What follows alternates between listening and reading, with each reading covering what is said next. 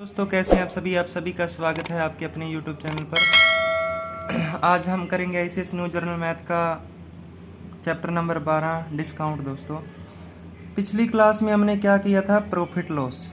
उसमें क्या था दोस्तों, उसमें था कॉस्ट प्राइस यानी क्रय मूल्य, ठीक है।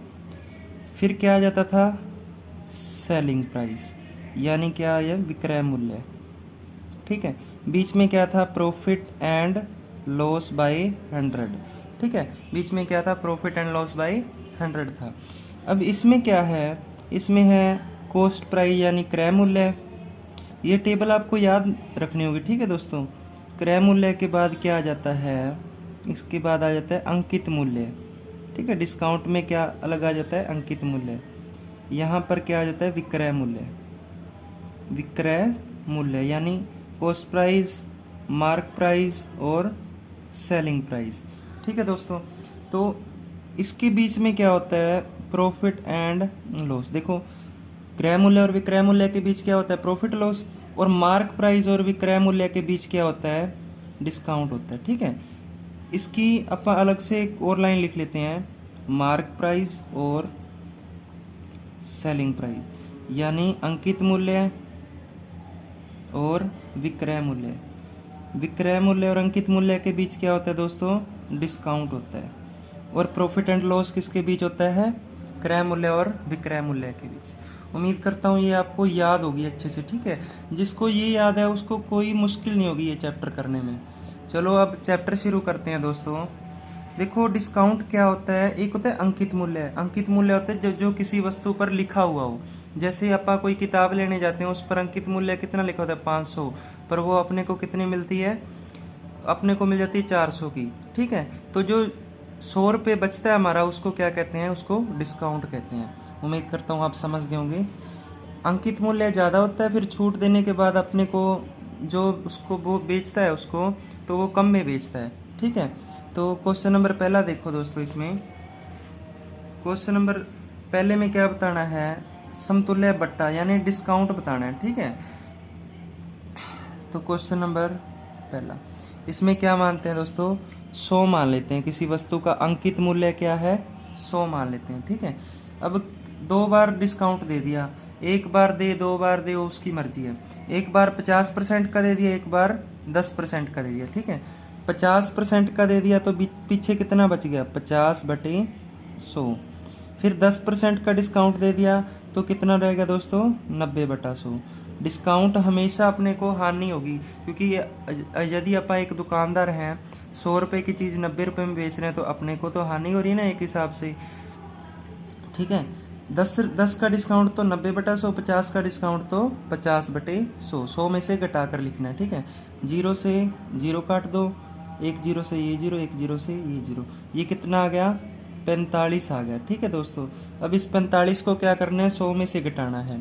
तो 100 माइनस 45, कितना डिस्काउंट मिल गया अपने को, 55 का डिस्काउंट मिल गया, ठीक है दोस्तों। लास्ट में क्या करना है, जो भी आए उसको किस में से घटाना है, 100 में से घटाना है। उम्मीद करता हूँ आप समझ गए होंगे। आगे क्वेश्चन नंबर 2 पर चलते हैं। 50% और 40% का बट्टा, ठीक है। कितना, एक तो 50% का बट्टा और एक 40% का बट्टा, ठीक है। तो अपांकित मूल्य कितना मान लेते हैं, मार्क प्राइस 100, 50% का बट्टा तो 50/100 और 40% का बटा तो 60/100, क्योंकि 100 में से 40 गए तो 60 ही बचेगा ना दोस्तों। 100 में से 100 कटा गया, 0 से 0, 0 से 0, 5 के कितना आ गया दोस्तों, 30। ये 30 अपने को 30 रुपये में चीज़ मिली है, तो डिस्काउंट कितने का हो गया, 100 माइनस 30 कितने की मिली है, 70% की डिस्काउंट मिली है, ठीक है दोस्तों। उम्मीद करता हूँ आप समझ गए होंगे। आगे क्वेश्चन नंबर 3 पर चलते हैं। अब देखो 3 दे दिए बटे 30%, 50% और 40%। 30%, 50% और 40%। अपा क्या करते हैं, 100 मान लेते हैं। 100 माना, अंकित मूल्य क्या मान लेते हैं, 100। 30% का बट्टा देता तो 70/100, 30 को 100 में से घटा दिया, ठीक है। 50% का बट्टा देता तो 50/100 और 40% का बट्टा देता है तो 60/100। इसको सारे को 100 में से घटा घटा कर लिख लेते हैं। ठीक है दोस्तों, इससे ये कट गया, एक 0 से 1 0, इससे ये 0, ठीक है, इससे ये 0। 5 दूनी 10, 2 तिया 6, ये देखो 7 तिया 21, लास्ट में क्या बच गया, 21 बच गया। तो इसको क्या करेंगे, 100 में से माइनस कर देंगे 21, तो अपने को कितना आ गया, 79। उम्मीद करता हूँ आप समझ गए होंगे। आगे क्वेश्चन नंबर 4 पर चलते हैं दोस्तों। क्वेश्चन नंबर 4 क्या कहता है, 10%, 20% और 40%। ठीक है, 10%, 20% और 40%। 100 माना, ठीक है, 10% का बटा दिया तो 90/100, 20% का बटा दिया तो 80/100 और 40% का बटा दिया तो 60/100। उम्मीद करता हूँ आप समझ रहे होंगे। 100 से ये 100 कट गया, 1 0 से ये 0, 1 0 से ये 0, ठीक है, इससे काट दिया ये। 9 8 72, 72 छिके 6 दूनी 12, 6 7 42 और 1 43। नीचे 10 है ना दोस्तों, तो 1 के बाद पॉइंट। इसको किस में से घटा देंगे, इसको घटा देंगे 100 में से। ठीक है, 100 में से इसको घटाएंगे तो ये कितना आएगा दोस्तों,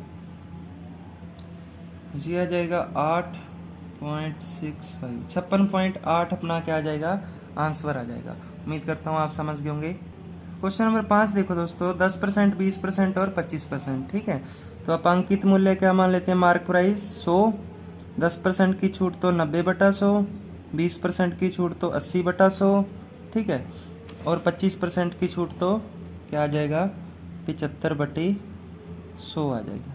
ठीक है दोस्तों, 100 से ये 100 कट गया, ठीक है, 1 से ये 1 से ये 25 पर काटेंगे, 25 दिया 75, 25 चौके 100, 4 से ये कट गया 2 पर, 9 दूनी 18 दिया 54।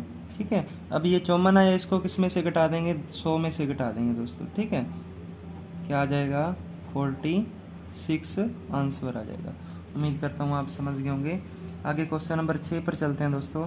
क्वेश्चन नंबर 6 क्या कहता है, 30%, 20% और 50%। देखो 30, 20 और 50, तो 30%, 20% और 50% के बट्टे देने। ठीक है, तो 100 मान लेते हैं मार्क प्राइस।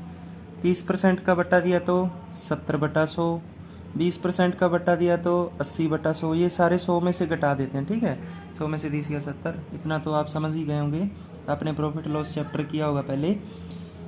50% का तो 50/100, ठीक है, 0 से 0, 1 0 से ये 0, 1 0 से ये 0, ठीक है, तो 50 से कम 50, 50 दूनी 100, ये क्या गया, 2 चौके 8, 7 चौका 28, लास्ट में क्या बच गया दोस्तों, 28। तो 100 में से क्या घटा देंगे, 28 घटा देंगे, कितना आ जाएगा, 72 आ जाएगा। ठीक है दोस्तों, उम्मीद करता हूँ आप समझ गए होंगे। आगे क्वेश्चन नंबर 7 पर चलते हैं दोस्तों। क्वेश्चन नंबर 7 में क्या है, अंकित मूल्य 60 रुपये और छूट 10%। ठीक है, अब क्या दे दिया क्वेश्चन नंबर 7 में, मार्क प्राइस दे दिया 60 रुपये और डिस्काउंट कितना दे दिया, 10% दे दिया। ठीक है, अपनी टेबल क्या थी दोस्तों, एक बार फिर दोहरा देता हूँ। मार्क प्राइस से सेलिंग प्राइस पर जाएंगे तो बीच में क्या आ जाता है, डिस्काउंट। ठीक है, बीच में क्या आ जाता है, डिस्काउंट। अपने को क्या निकालना है, डिस्काउंट निकालना है। ठीक है, विक्रय मूल्य निकालना है। तो मार्क प्राइस कितना है, 60 और डिस्काउंट कितना है, 10%, तो 90/100। ठीक है दोस्तों, 10% है तो 100 में से 10 घटा देंगे, 90/100। ये देखो पहले मार्क प्राइस आ गया, फिर डिस्काउंट आ गया, देखो फ्रैक्शन सीधा जा रहा है। अब सेलिंग प्राइस निकालना है। ठीक है, 1 0 से ये 0, 1 0 से ये 0, ठीक है, तो 9 6 54 रुपये आ गया। ठीक है, सेलिंग प्राइस कितना आ गया, 54 रुपये। उस पर लिखा कितना हुआ था, 60 रुपये, चीज़ आई कितने की है, 54 रुपये की, तो 6 रुपये का क्या होगा, डिस्काउंट होगा दोस्तों। ठीक है, उम्मीद करता हूँ आप समझ गए होंगे। आगे क्वेश्चन नंबर 8 पर चलते हैं दोस्तों। अंकित मूल्य 800, छूट 20%। मार्क प्राइस कितना है, 800, छूट कितनी है, मतलब डिस्काउंट कितना है, 20%। तो मार्क प्राइस ये टेबल याद रखना नहीं दोस्तों, ठीक है। पहले मार्क प्राइस, फिर डिस्काउंट 20% तो 80/100, ठीक है। तो 2 जीरो से 2 जीरो, 8 64, कितने की आ जाएगी 640 की, ठीक है। क्वेश्चन नंबर 9 पर चलते हैं दोस्तों। मार्क प्राइस अंकित मूल्य कितना है 500, छूट है 40% की। मार्क प्राइस कितना है 500 रुपये, 500 ही है ना दोस्तों, एक बार फिर देख लेते हैं, 500 ही है, ठीक है। छूट है, डिस्काउंट कितना है 40% है, ठीक है। तो पहले क्या आता है मार्क प्राइस, छूट कितने की आ गई 40% की, तो 60/100, ठीक है।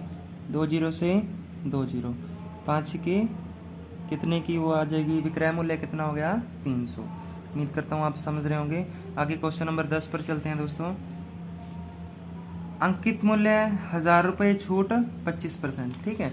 अंकित मूल्य मतलब मार्क प्राइस कितना है 1000 रुपये, छूट कितनी है, डिस्काउंट 25%, ठीक है।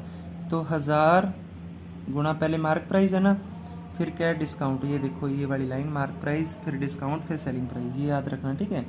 75/100, 2 जीरो से 2 जीरो, ये कितने की आ जाएगी दोस्तों 750 की। उम्मीद करता हूँ आप समझ रहे होंगे। क्वेश्चन नंबर 11 देखो दोस्तों। मार्क प्राइस कितना है, अंकित मूल्य 600, छूट कितनी है 25% है, ठीक है। छूट है 25%, तो क्या होगा 600 गुणा 25% छूट है तो 75/100, ठीक है। 2 जीरो से 2 जीरो, तो ये कितना आ जाएगा लगभग 450 आ जाएगा, ठीक है। 6 5 6 7 ठीक है 450 आ जाएगा। उम्मीद करता हूँ आप समझ गए होंगे। आगे क्वेश्चन नंबर 12 देखो दोस्तों। इसमें क्या निकालना है, इसमें निकालना है अंकित मूल्य, ठीक है। इसमें क्या निकालना है, अंकित मूल्य निकालना है। अपनी टेबल क्या थी दोस्तों, क्वेश्चन नंबर 12 नंबर करने से पहले एक बार टेबल करवा देता हूँ मैं।